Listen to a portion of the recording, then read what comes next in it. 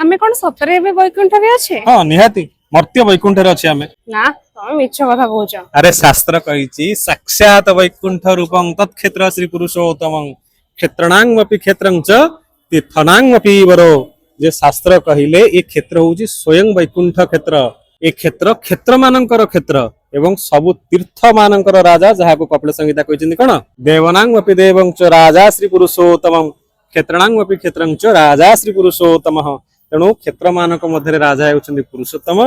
देवता मानक मध्य राजा होउछन्ति पुरुषोत्तम तेणु पुरुषोत्तमंकर साक्षात क्षेत्र आको कुहा जाय महाप्रभुंकर बपु स्वरूप बपु माने कोन बुझुछ बपुर अर्थ होछि शरीर